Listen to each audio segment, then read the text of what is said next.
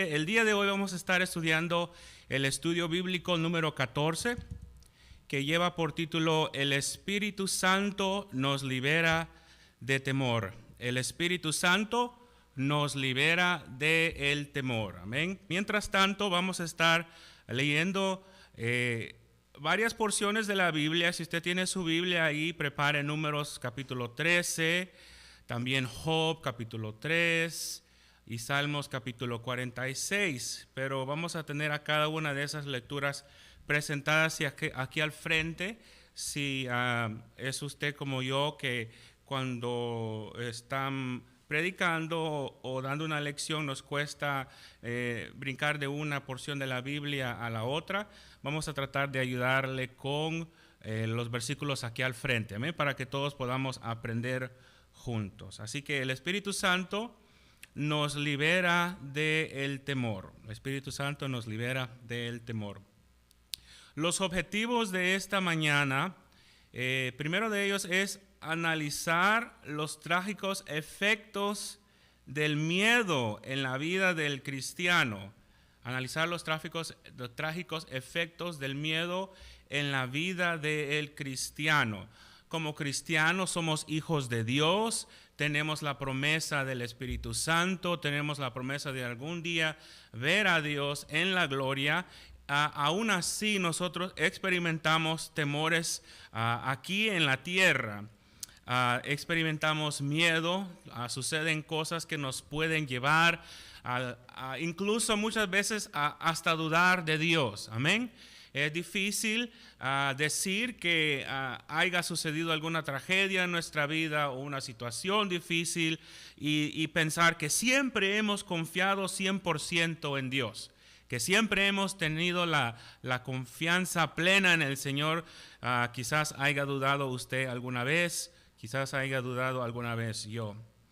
Por número 2 tenemos aprender a controlar las emociones de miedo y fobias. Aprender a controlar las emociones de miedo y de fobias. Amén. Hay cosas que sí nos pueden hacer daño, de las cuales nosotros tememos, tenemos miedo, pero hay cosas que no nos hacen daño o que no nos pueden hacer daño y que aún así les podemos tener miedo. ¿Alguna vez se le ha cruzado a usted un ratón enfrente de usted, ya sea en su casa o en el trabajo o en alguna otra parte? Y cada uno de nosotros reaccionamos de diferente manera, ¿verdad? Algunos decimos, bueno, un ratón.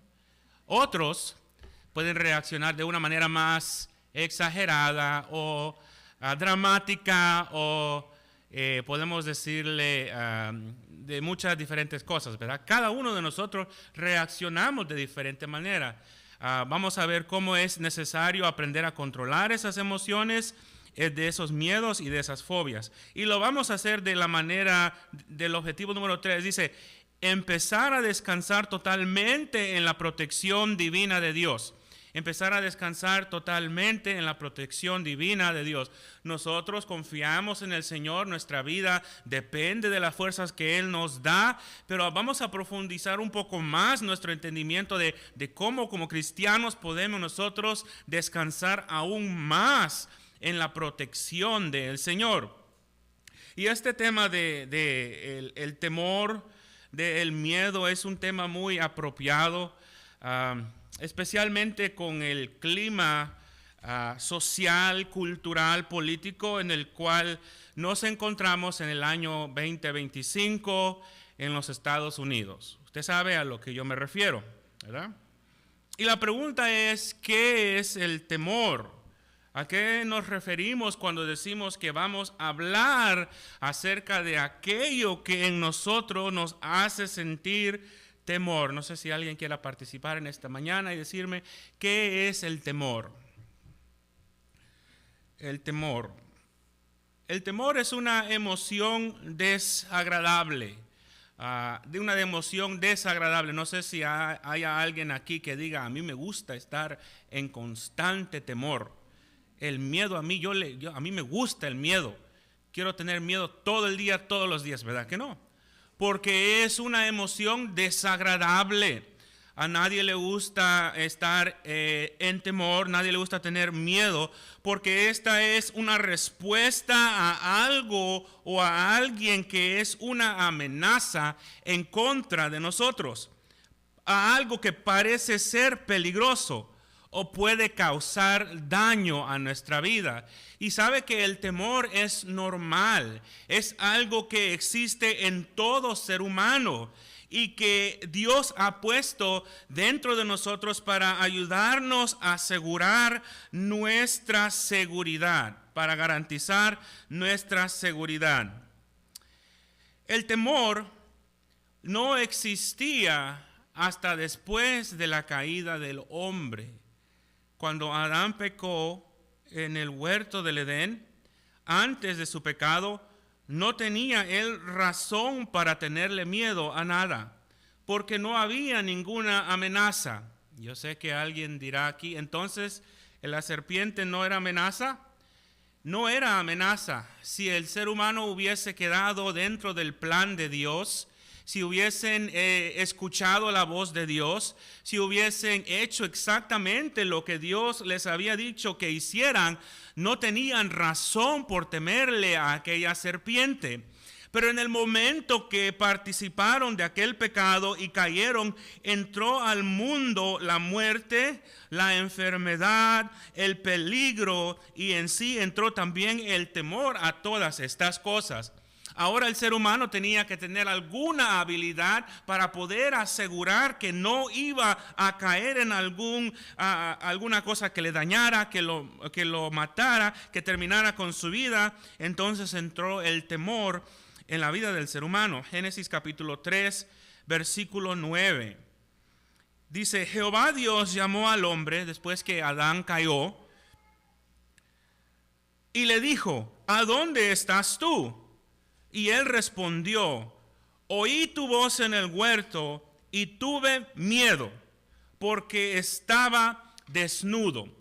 Y empieza aquella conversación entre Dios y Adán y le pregunta, ¿quién te dijo que estabas desnudo? ¿Acaso has comido del fruto que yo te dije que no comieras? Y empieza Adán a dar sus excusas. La mujer que tú me diste, ella me dio, y en fin, vemos cómo entró el temor en la vida del ser humano. Cuando hablamos del temor, tenemos que hablar también del miedo. Los dos son muy relacionados, pero uno de ellos es pasajero. Uno de ellos es una reacción biológica a una amenaza real. Ese es el miedo. Y usted sabe que al ser humano no se le tiene que enseñar a tener miedo. Nacen con esa habilidad. Usted asusta a un niño, a un bebé. ¿Qué sucede con ese niño o ese bebé? Tiene ese miedo dentro de sí mismo. Ese miedo que nace dentro de su corazón y que le dice, ya no quiero volver a experimentar eso otra vez. Así que no le tiene que enseñar al niño, a la niña a tener miedo. Él respondió, oí tu voz en el huerto y tuve miedo porque estaba desnudo. Pero el temor es un miedo constante a aquella reacción pasajera del miedo. Es cuando uno pone en mente aquel miedo y lo empieza a volver a pensar otra vez y otra vez. Empieza a hacer una sospecha. ¿Será que me va a pasar algo tenebroso a mí? ¿Será que me va a suceder algo terrible a mí? Es una reacción constante de aquel miedo biológico que acaba de experimentar. Y usted sabe que el temor tiene efectos físicos. El miedo tiene efectos físicos en el ser humano. ¿Cuáles son aquellos efectos físicos en el ser humano? La respiración acelerada, el aumento del ritmo cardíaco, el corazón le empieza a latir más rápido, ¿verdad? Porque siente uno que está en peligro. La presión le sube. Empieza uno a ponerse pálido, especialmente aquellos de nosotros que hemos estado en problemas anteriormente. Cuando llegó el momento de enfrentar nuestra situación, entra la palidez en nuestra cara, la piel se pone blanca, blanca. Y si somos prietos, en ese momento nos convertimos blancos, como dice, canches. En ese instante, porque toda la sangre corre de nuestra piel a nuestros órganos internos para suplir la necesidad del oxígeno que cada uno de ellos tiene. El corazón, los pulmones, cada uno de ellos está acelerado. Empieza a sudar excesivamente. Las manos le tiemblan. También los pies. Se le va el aliento. Esa es la reacción al temor. ¿Alguna vez ha experimentado usted el temor? Hermano. Varias veces. Y esa obsesión continua del miedo nos puede llevar a tener efectos psicológicos. Es decir, entre más pensamos en aquellas cosas, entre más atención les ponemos, entre más consideramos aquellos miedos que tenemos en nuestras vidas, puede llevar a tener efectos psicológicos. ¿Y cuáles efectos psicológicos son estos? Es el estrés crónico. ¿Conoce a alguien usted que vive con estrés crónico? Aquella persona solo estresado anda. ¿Seré yo? ¿Será usted? Puro estrés. Lo veo ansioso en todo momento. Puede llevar a la depresión, a aislamiento social, pánicos, ansiedad generalizada, paranoia, bajo autoestima. Todos estos son efectos psicológicos de una persona que constantemente sospecha que hay una amenaza en su vida, sea real o sea falsa. Amén. Es correcto tenerle miedo a las cosas que nos van a dañar, pero el problema cuando le tenemos miedo a las cosas que no nos pueden hacer nada. Ahora, reconociendo esto y con todas las inseguridades que existen en la época actual, como cristianos, ¿cómo debemos nosotros reaccionar a estos temores? ¿Cómo debemos nosotros reaccionar al miedo que sentimos en nuestra vida? Porque miedos hay, porque temores tenemos. Pero vamos a ver por medio de esta lección que confiar en la provisión de Dios y en su cuidado, en su disposición y en sus promesas es la mejor manera de como cristianos podemos afrontar nosotros los temores de nuestra vida diaria. Podemos vivir en este mundo y vivir una vida fructífera, una vida completa que satisface en medio de estos problemas, en medio de estas situaciones, y nos damos cuenta de que estamos escondidos en la presencia del Señor. Amén. No se tiene que vivir en esa preocupación debilitante. Usted puede vivir en paz. Usted puede vivir en una paz reconociendo que Dios es el que tiene control de todas las situaciones en nuestras vidas. Veamos la primera parte. Los temores y la ansiedad conducen al desastre. Los temores y la ansiedad conducen al desastre. Amén. Vamos al libro de Números, capítulo 13, versículo 31. Estará proyectado aquí al frente. Yo sé que son muchas palabras, pero téngame un poquito de paciencia y veremos que la lectura que vamos a observar en este momento nos ayuda a entender cómo el temor puede llevar a un desastre, especialmente cuando permitimos que aquel temor tome completo control de nuestro pensamiento, de nuestra vida, aun cuando Dios haya dicho que la situación que estamos afrontando le pertenece a Él. Él es el que tiene el control. Amén. Veamos la primera parte, Números capítulo 13, versículo 31. Dice: mas los varones que subieron con él dijeron: no podremos subir contra aquel pueblo, porque es más fuerte que nosotros. Y hablaron mal entre los hijos de Israel de la tierra que habían reconocido, diciendo: la tierra por donde pasamos para reconocerla es tierra que traga a sus moradores. Y todo el pueblo que vimos en medio de ella son hombres de grande estatura. También vimos ahí gigantes, hijos de Anac, raza de los gigantes, y éramos nosotros, a nuestro parecer, como langostas, y así le parecíamos a ellos. El miedo de unos hombres aterrorizó a una nación. ¿Cuál era la situación en la cual el pueblo de Israel se encontraba en el libro de Números capítulo 13? Esta era la situación. Israel estaba a punto de conquistar la tierra prometida, que era la tierra de Canaán. Y Moisés, bajo la dirección de Jehová, había mandado a 12 espías para determinar qué fortalecida estaba aquella ciudad, aquella nación, aquella tierra, para determinar a dónde estaban las debilidades de los pueblos que se encontraban en la tierra de Canaán. Si usted lee la historia de Números, el libro de Números, los primeros 13 capítulos, usted va a saber que fue el pueblo de Israel quien pidió a aquellos 12 espías. Dios ya les había dado la tierra, ya le había dicho a Abraham y a Moisés y a Josué, pero aún así ellos dijeron: Señor, aún así queremos mandar espías para ver cómo está la tierra, para ver si en verdad la podemos dominar. Mi hermano, es ahí donde empieza el temor del ser humano a tomar control de su vida, especialmente la del cristiano. El título de la lección es: El Espíritu Santo nos libera del temor. Y sabemos que para tener al Espíritu Santo debemos ser hijos de Dios.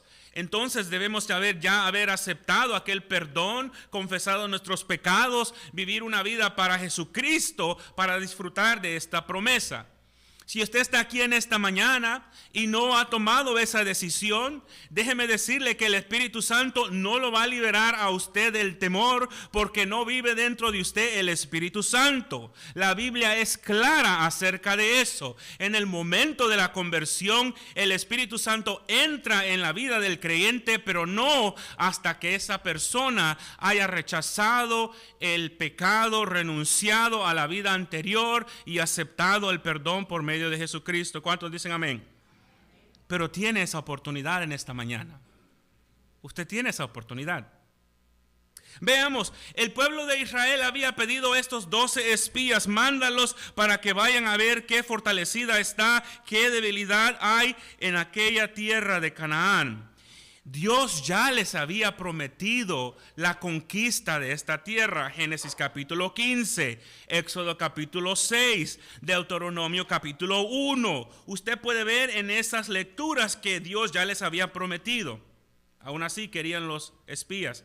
Y aquellos espías que en sí mismos estaban medios tibios, regresaron con un mal reporte, exagerando lo que habían visto en aquella tierra, la cual fueron a explorar, dudando de Dios. Eran exageraciones, hermano, las acabamos de leer. Dice ahí: no podemos porque son más fuertes que nosotros. Es el versículo 31 del libro de Números, capítulo 13. El versículo 32 dice: la tierra se traga a los moradores.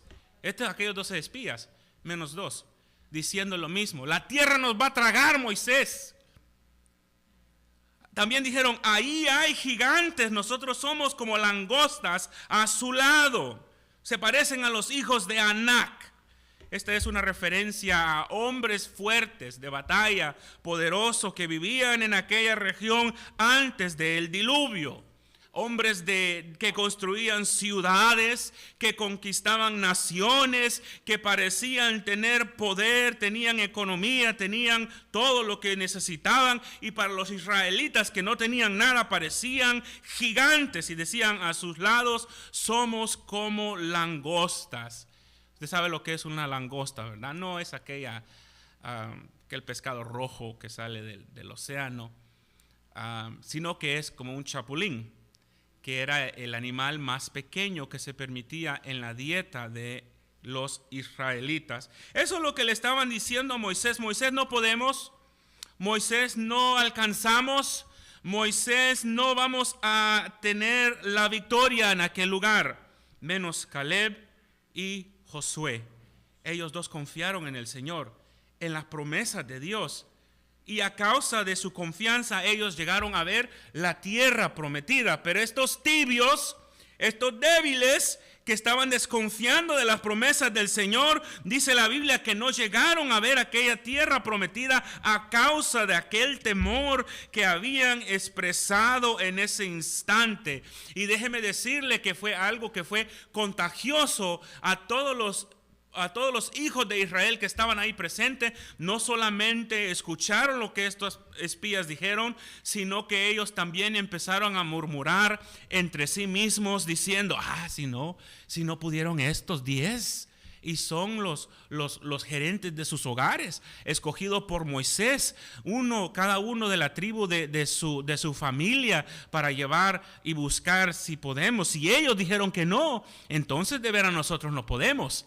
Y así el pueblo empezó a contagiarse el uno con el otro, con la duda que no podían hacer lo que Dios había prometido que haría, que no podrían llegar a alcanzar lo que Dios ya les había dicho. Fue algo que se contagiaba como un cáncer que mataba lo que ellos habían recibido de parte de Dios. El autor de esta lección que estamos analizando menciona tres clases de temores.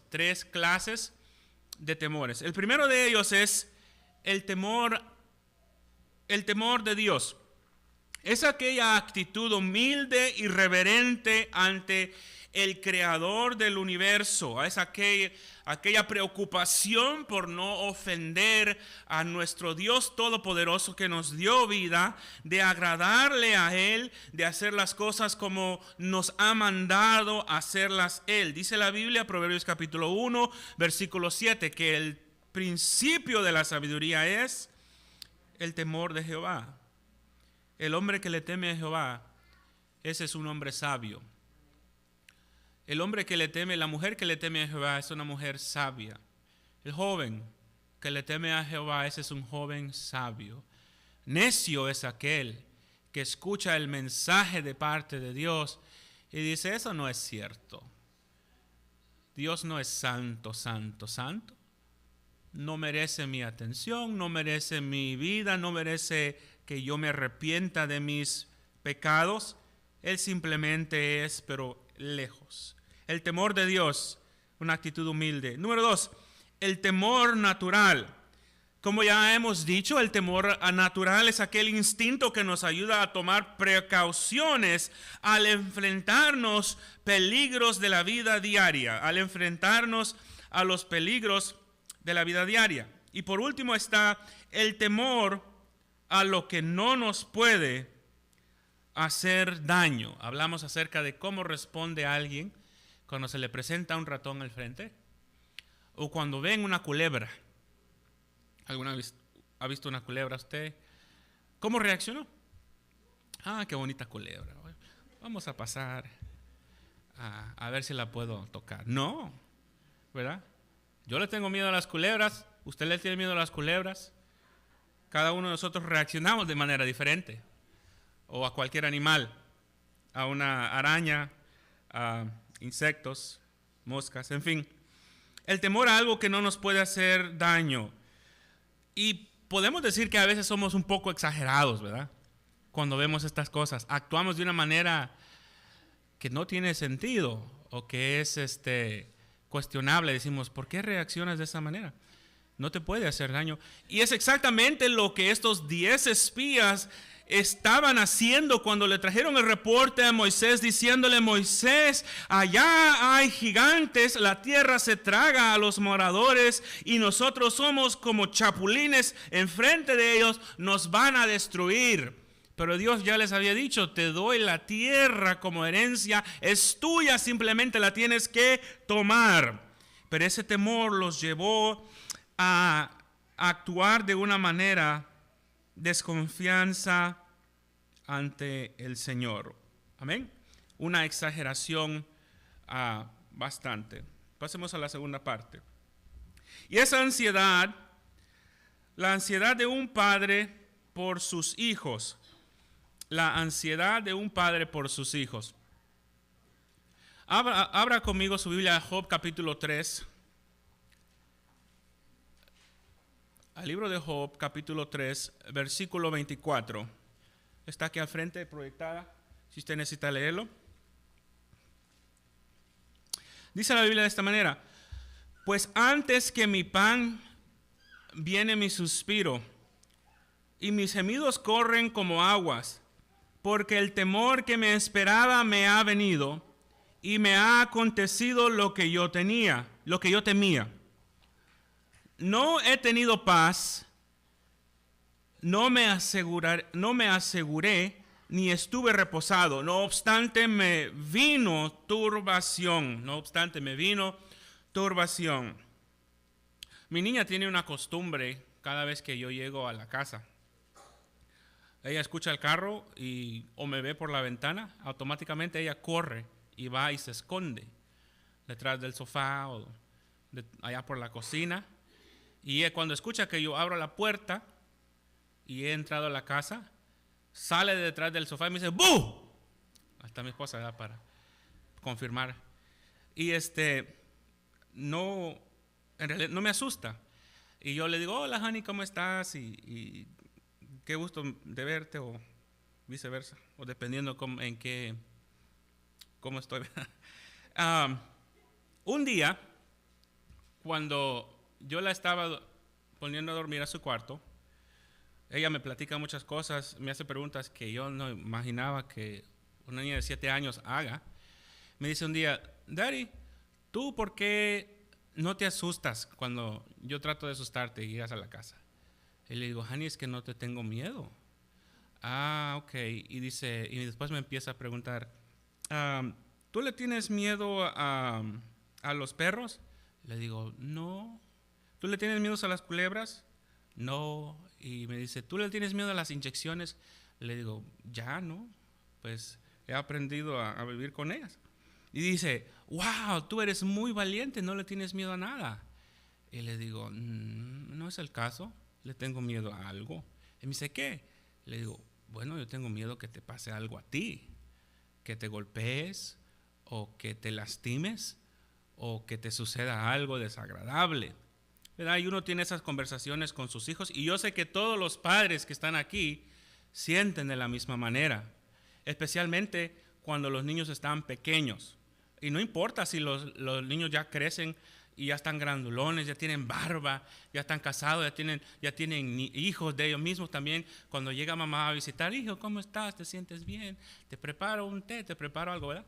Yo veo como mi abuela trata a mi papá, aún ya siendo bastante, bueno, no tanto, pero avanzado de edad. Lo trata siempre tratando de tener algo mejor para él, de preocuparse por él, de prepararle algo de comer. Bueno, en sí el padre, todos los padres que estamos aquí compartimos ese mismo sentimiento. Es algo natural. Es lo que nos ayuda a los padres a darle la mejor probabilidad a nuestros hijos de tener una vida buena mientras nosotros estemos vivos. Queremos lo mejor para nuestros hijos. Por eso le decimos: no te comportes de esa manera, o no hagas eso, o toma esto y úsalo de esta manera, porque nosotros queremos que nuestros hijos no sean engañados y no sean llevados a algún lugar donde puedan ser golpeados o pueda suceder alguna otra cosa, porque los niños son inocentes y en su inocencia fácilmente son engañados, en su ignorancia fácilmente son engañados. Así que los padres quieren lo mejor para sus hijos y oramos por nuestros hijos. ¿Cuántos de nosotros oramos por nuestros hijos? Intercedemos por nuestros hijos. En horas de la mañana, de la madrugada, quizás usted se despierta y siente orar por sus hijos, por su familia. Especialmente el padre dice: Señor, los encomiendo en tus manos. Lo que estén haciendo en este mundo, cuídalos, Señor, guárdalos, Señor. No permitas que les llegue mal tantas cosas que pueden suceder. Señor, no permitas que pequen en contra de ti. ¿Cuántos de ustedes le piden al Señor por eso? No permitas, Señor, que ellos pequen en contra de ti. Es lo que hacía Job. En la Biblia encontramos en Job capítulo 1, versículo 5, dice: Job santificaba a sus hijos, se levantaba de mañana y ofrecía holocausto de acuerdo al número de todos ellos, porque decía Job: quizás habrán pecado mis hijos y habían blasfemado en contra de Dios en sus corazones. Y esto dice la Biblia que Job hacía todos los días. Él se preocupaba por sus hijos como un padre amoroso, como un padre que cuida de su familia, como un padre que le preocupa la salud, el bienestar de sus hijos. Él soportó una prueba tan tremenda que le quitó todo. Le quitó sus hijos, sus posesiones, su salud, pero no pudo quitarle su fe. Y todos conocemos la historia de Job, ¿verdad? Dice la Biblia que Dios permitió que Satanás tocara la familia, los hijos, las finanzas, las propiedades de Job, pero no su alma, no su fe, para demostrar que Job era un siervo fiel, que él tenía la confianza fijada en el Señor. Y mayor prueba que Job, no creo que alguno de nosotros hayamos pasado en la vida. Quizás usted haya perdido un ser querido, un familiar. Cada uno de nosotros tenemos una historia, pero al nivel que lo pasó Job, es difícil encontrar a alguien que lo haya pasado de esa manera, pero aún así es difícil. Pero Job confiaba en el Señor. En Job capítulo 3, versículo 25, leemos que él sentía en su corazón que ya ni tenía hambre, ya no deseaba alimentarse porque el dolor era tanto que dice, el temor que me espantaba me ha venido y me ha acontecido lo que yo temía. Me puse a pensar en ese momento, wow, una cosa difícil que uno no se puede imaginar que a sus hijos le sucedan algo. Amén. Cada uno de nosotros podemos aguantar cualquier cosa que nos suceda a nosotros. Algún dolor, algún desprecio, alguna ofensa, alguna situación, no importa lo difícil, la aguantamos. Pero que se la hagan a los hijos, especialmente cuando no sea culpa del pequeño, de la familia, esa es una prueba tremenda que no puedo decir yo que hubiese soportado de la misma manera que nuestro hermano Job. Por eso dice la Biblia que este era justo, recto ante el Señor. La Biblia no miente. Job tenía algo muy especial en su vida. Amén. Los temores y la ansiedad conducen al desastre. Veamos la segunda parte de esta enseñanza, que es la protección que Dios da no deja lugar al temor. La protección que Dios da no deja lugar al temor. Y para esto vamos a ir a Salmos capítulo 46, versículo 1, 2 y 3. Salmos capítulo 46, versículo 1, 2 y 3. Dice, la primera parte, dice, Dios es nuestro amparo, nuestra fortaleza, nuestro pronto auxilio en las tribulaciones. Por tanto, no temeremos, aunque la tierra sea removida y se traspasen los montes al corazón del mar, aunque bramen y se turben sus aguas y tiemblen los montes a causa de su braveza. A causa de su braveza. Uno de los errores más grandes que nosotros como cristianos podemos cometer al hablarle a las otras personas acerca de Jesucristo es decirles que en el momento que ellos se conviertan a cristianos, sus problemas desaparecerán. Amén. Es uno de los errores más grandes, porque resultarán reconociendo que muchas veces se enfrentarán con problemas que no pueden sobrepasar por sí mismos, por situaciones que no pueden vivir por ellos mismos, y perderán su fe. Hay muchos ejemplos de personas famosas que se entregaron al Evangelio y de sus propias bocas han dicho de que al encontrar que no eran respondidas sus oraciones, ellos prefirieron abandonar su fe. Amén. Así que cuando nosotros prediquemos el Evangelio y les hablemos, en el mundo tendréis aflicciones, pero confiad, yo he vencido al mundo. Vemos ahí que Jesús le estaba diciendo a sus discípulos, Cuando ustedes vayan y salgan a predicar este evangelio, se van a encontrar con cosas difíciles, con aflicciones, con preocupaciones. Las personas los van a perseguir, encontrarán dolores, dificultades, pero confíen en mí, yo he vencido al mundo. Amén. Y eso es lo que nosotros debemos predicarle a las personas. Enfrentarás dificultades, pero confía en el Señor. Salmo 46 nos habla acerca de algunas cosas que pueden suceder en la vida diaria. Dice, por tanto no temeremos aunque la tierra sea removida y se traspasen los montes al corazón del mar, aunque bramen y se turben las aguas, tiemblen los montes a causa de su braveza.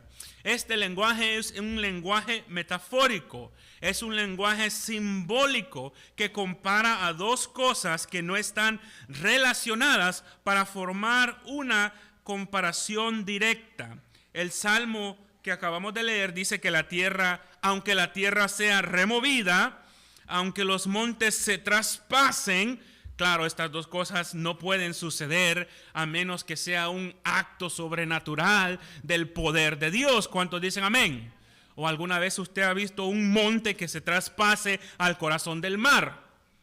Yo nunca jamás he visto eso, ¿verdad? O que los montes tiemblen o que las aguas bramen, ¿sí?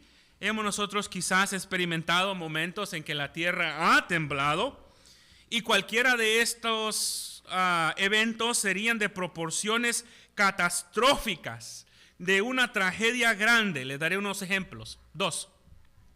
Enero 12 del 2010, el terremoto de magnitud 7.0 sacudió el país de Haití. ¿Cuántos recuerdan eso? Un terremoto terrible que mató a 316,000 personas en aquella región. Diciembre 26 de 2004, un terremoto de magnitud 9.3 sacudió la región de Sumatra, Indonesia, resultando en un tsunami que le quitó la vida a más de 220,000 personas. A lo largo de la historia humana, los desastres naturales como los huracanes, los terremotos, los tornados o cualquier erupción volcánica acaba con la vida de las personas. Incluidas ahí hay creyentes, incluidas ahí hay cristianos, incluidas ahí hay personas que iban a la iglesia, pero aún así Dios es nuestro amparo, nuestra fortaleza y nuestro pronto auxilio, porque dice la palabra de Dios, aunque bramen y se turben sus aguas y tiemblen los montes a causa de su braveza, Dios sigue siendo nuestro amparo y nuestra fortaleza. Hermano, si usted piensa que sucede algo o si sucede algo terrible en esta vida, un desastre, algo que no puede controlar, debe de saber que aún así usted puede confiar en el Señor. Aún así usted puede confiar en Dios. No tiene que vivir en una vida de temor, porque sabe que si vivimos, para Él vivimos, y si morimos, para Él morimos. O sea que vivamos, o sea que muramos, somos del Señor. Cuando dice amén. Por eso Pablo no sabía. Dice, no sé si seguir viviendo para ayudar a las iglesias o si ya partir con el Señor, porque yo sé que ausencia en el cuerpo significa estar en la presencia del Señor. Bendito sea el nombre del Señor. Esa es la esperanza del cristiano. Estoy aquí, tengo pruebas, no hay problema porque Dios está conmigo. Muero, no hay problema porque yo iré directo a la presencia del Señor. Cualquiera sea la situación, yo estoy asegurado. Yo tengo seguro de por vida eterna. Amén. De por vida eterna. Eso sí, hemos puesto nuestra confianza en el Señor. Es un lenguaje simbólico que el autor de este salmo usaba para darnos a entender que Dios está con nosotros. Lo que hace Dios, Él no promete eliminar nuestras tormentas, sino que Él hace que nosotros tengamos paz en medio de esas tormentas. Veamos la segunda parte de ese mismo Salmo 46. Dice, del río sus corrientes alegran la ciudad de Dios, hablando acerca de Jerusalén, una ciudad que estaba sobre una colina rodeada de paredes fortificadas, murallas fortificadas, el santuario de las moradas del Altísimo. Dios está en medio de ella, no será conmovida, Dios la ayudará al clarear la mañana. Sabemos que esa ciudad fue destruida varias veces por los babilónicos y fueron esparcidos por toda la tierra del Medio Oriente los israelitas. Pero nosotros reconocemos que el Dios que prometió que esa ciudad de Dios era morada del Altísimo, también guiará a aquellos fieles que lo reconocen como Salvador hacia la gloria. Y este salmo nos da una imagen de un río que las corrientes alegran la ciudad de Dios. ¿A cuántos de ustedes les gusta ir al río? ¿Verdad? A todos nos gusta ir al río, especialmente durante el verano. Una carnita asada, ir a nadar un poco, a descansar al lado del río, y hasta se puede dormir uno en la hamaca, escuchando la corriente del río que corre, ¿verdad? Detrás de nosotros, al fondo, corre el agua del río y nos da una paz. Nos da una comodidad. Bendito sea el nombre del Señor. De eso es el que estaba hablando el salmista. Amén. Así que es un contraste muy grande entre la primera porción del Salmo 46, versículo 1 al 3, al que nos da el versículo 4 y 5. Los montes se traspasan, y el otro dice, pero hay paz. Aunque la tierra tiemble, Dios ayudará en la mañana a clarear esa ciudad. Porque es lo que hace el Señor. Pasemos a la última parte. Muchas gracias. A la última parte de la lección. Capítulo 91 del libro de los Salmos. Capítulo 91 del libro de los Salmos. Es un salmo muy conocido. Quizás usted en su hogar tenga una Biblia en algún lugar abierta al Salmo 91 para ayudar a recordar lo maravilloso que es Dios, y que aun cuando hayan situaciones difíciles, nosotros podemos confiar en Él. Salmo 91 dice de esta manera: el que habita al abrigo del Altísimo morará bajo la sombra del Omnipotente. Diré yo a Jehová, esperanza mía y castillo mío, mi Dios en quien confiaré. Él te librará del lazo del cazador, de la peste destructora. Con sus plumas te cubrirá, y debajo de sus alas estarás seguro. Escudo y adarga es su verdad. Es una imagen muy hermosa. 4 figuras que ilustran la protección divina de Dios sobre sus hijos. Y como estamos diciendo en esta mañana, esto se refiere a los hijos de Dios, aquellos que han entregado su vida al Señor, aquellos que viven para Jesucristo, aquellos que han rechazado el pecado al mundo y han entregado su vida al Señor. Si usted es hijo de Dios, estas promesas son para usted. Si usted no es hijo de Dios, considérese afortunado, porque en realidad lo que la Biblia dice es: la promesa de Dios es para sus hijos, aquellos que han entregado su vida al Señor. Dice: el que habita al abrigo del Altísimo morará bajo la sombra del Omnipotente. Nos da una imagen muy poderosa de algo que nos puede a nosotros cubrir en tiempo de frío, un abrigo, la sombra del Omnipotente en un lugar donde el sol era un constante temor, o una constante iluminación durante el día, una constante prueba. La sombra del Omnipotente puede guiar a aquellos que se encontraban en aquel desierto. Es un lenguaje simbólico como el que vimos en el Salmo 46 para enseñarnos acerca de la protección de Dios. El versículo 2 dice: castillo. Esto es un edificio fuerte, sólido, construido en un lugar estratégico para la protección de aquellos soldados que militan juntos. Muy importante, para la protección de los soldados que militan juntos, aquellos que son del mismo equipo, del mismo lugar. Esa protección es para nosotros los creyentes. ¿Cuántos lo creen en esta mañana? Dios nos ayuda y nos protege. Versículo 3, plumas y alas. Jesús dijo en Mateo 27:37, oh Jerusalén, ¿cuántas veces quise juntar a tus hijos como la gallina junta a sus polluelos debajo de sus alas? Pero que dice, no quisiste. You didn't want to, no quisiste. Nos da una imagen de un Dios que quiere cuidar a su pueblo como la gallina cuida de sus polluelos. En aquel entonces usaba imágenes nuestro Señor Jesucristo que aquellos que le escuchaban podían entender. Y yo creo que hoy también podemos entender lo que quiere decir con esa misma ilustración. Dios quiere cuidar de sus hijos de la misma manera que una gallina cuida a sus polluelos. Versículo 4, escudo y adarga. Disculpe, el número 4, escudo y adarga. Esto habla acerca de la pieza de hierro que cargaba el soldado en el tiempo de la batalla para protegerse en contra de los dardos del enemigo. Por eso Pablo dijo en el libro de los Efesios, capítulo 1, versículo 6, el escudo de la fe con que podáis apagar todos los dardos del enemigo. Eso debe el cristiano tomar en todo momento. Amén.